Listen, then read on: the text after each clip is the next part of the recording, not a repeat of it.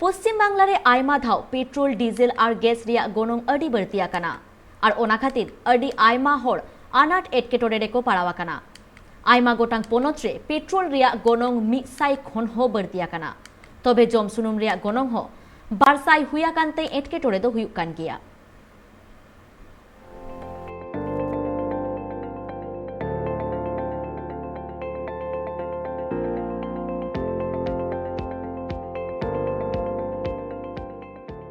কথায় আছে খাঁটি সরষের তেলের ঝাঁঝে মানুষের চোখে জল আসে, কিন্তু এবার সেই খাঁটি সরষের তেল কিনতে গিয়েও মানুষের চোখে জল আসার মতো অবস্থা। কারণ কলকাতা শহরে আজকের দিনে দাঁড়িয়ে সরষের তেলের দাম 200 থেকে 220 টাকা পর্যন্ত বিক্রি হচ্ছে। 1 কেজি তেলের দাম 160-165 টাকা। একটা সাধারণ মানুষের কাছে 1 কেজি তেল এক সপ্তাহ হবে, এক সপ্তাহ 1 কেজি তেলের দাম যে দাম পরিমাণে বাড়ছে মানে অনেক বেশি, সেই হিসাবে আমাদের বেচাকেনা অনেক কমেই গেছে। তেলের দাম কমলে সাধারণ মানুষের একটু ভালো হতো আর কি। আগে যেমন রিফাইন তেলের দামটা বাড়ছিল, এখন রিফাইন তেলের দামটা সাদা তেলের দামটা স্টে হয়ে গেছে, কিন্তু সরষের তেলের দামটা একদম লাফে প্রতিদিন বাড়তেই আছে। আগে কি সলনি তেল কেন, যে কোনো তেল ব্র্যান্ডের তেল, একটু ভালো ব্র্যান্ডের তেল হলে নামি দামি কোম্পানির তেল হলে বাড়তেই আছে, দিনের পর দিন বাড়তেই আছে, প্রত্যেক দিন বাড়তেই আছে।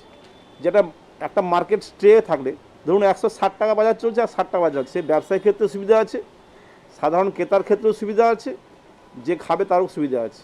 কিন্তু প্রত্যেক দিন যদি রেটটা বাড়তে থাকে তাহলে মানুষ কীভাবে কিনবে, কীভাবে বেচবে, এটা দোকানদারের ক্ষেত্রে খুবই সমস্যা একটা আছে, অর্থনীতির ব্যাপারটা আছে। সেল অনেক কমে গেছে, অনেক কমে গেছে, হাফের থেকে কমে গেছে। কেন এই দাম বেড়েছে সেই নিয়ে পোস্তা বাজারের যারা হোলসেলার বিক্রেতা রয়েছেন তারা বলছেন যে পর্যাপ্ত পরিমাণে তাদের কাছে সরষের তেলের যোগান আসছে না, এবং যতটুকু যোগান তারা পাচ্ছেন সেই যোগান তারা বেশি দামে কিনে আনছেন, যার ফলে তাদেরকেও বেশি দামে বিক্রি করতে হচ্ছে। এর ফলেই সমস্যার মুখে পড়ছেন সাধারণ মানুষ।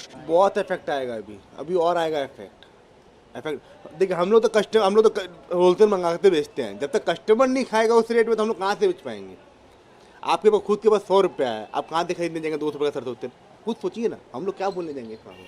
अब गवर्नमेंट जो देगा देखेगा, अब क्या कर सकते हैं, ये बोलो हम लोग को बहुत मुश्किल है। ये तो मिल वो तो ऊपर वाला बता पाएगा ना, जो मिल वाला है, जब वो लोग नहीं दे पाएगा तो हम लोग कहाँ से बेच पाएंगे। পেট্রোপণ্যের দাম 100 টাকা ছাড়িয়েছে অনেক আগেই, পাশাপাশি রান্নার গ্যাসের দামও প্রায় 1000 টাকা ছুঁই। এর মধ্যে সরষের তেলের দামও 200 ছাড়ালো, যা নিয়ে চিন্তায় সাধারণ মানুষ। কপালে ভাঁজ পড়েছে নিম্ন মধ্যবিত্ত থেকে শুরু করে যারা দিন আনেন দিন খান সেই সমস্ত মানুষরা, কারণ 200 টাকা কিলো দরে সরষের তেল মানুষের সাধারণভাবেই পকেটে টান পড়ছে, এবং যার প্রভাব দেখা দিয়েছে পোস্তা বাজারেও।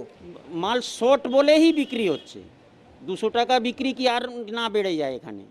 আপনাদের কি এই সম্বন্ধে কোনো আগে থেকে কোনো বুঝতে পেরেছিলেন যে হঠাৎ করে এইভাবে? না এরকম কেউ নেই।